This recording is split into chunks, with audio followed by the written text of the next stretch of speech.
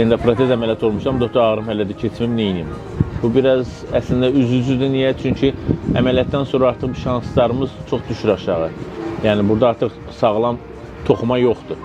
Oynaq kəsilib atılıb, yerinə endoprotez, yəni süni oynaq.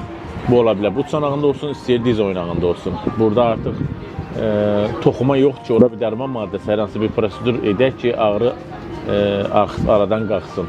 Belə durumlarda ən son seçim və ən tək seçim bizim prosedurumuz oynağın ağrı daşıyan sinirlərin yandırılmasıdır. Bu yandırılma proseduru ilə protezin törətdiyi ağrı aradan qalxır.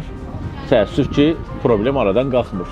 Yəni, əgər əməliyyat zamanı bir yanlış əməliyyat olubsa, bir səhvlər varsa və ya da implant doğru yerləşdirilməyibsə, hansı ki, bu ağrıya səbəbdir. Xəstə ümidlə əməliyyata gedir ki, əməliyyat olacam, yeriyəcəm. Amma əməliyyat olunmazsa baxmayaraq, ağrılar hələ də davam edir və geri dönüş də yoxdur.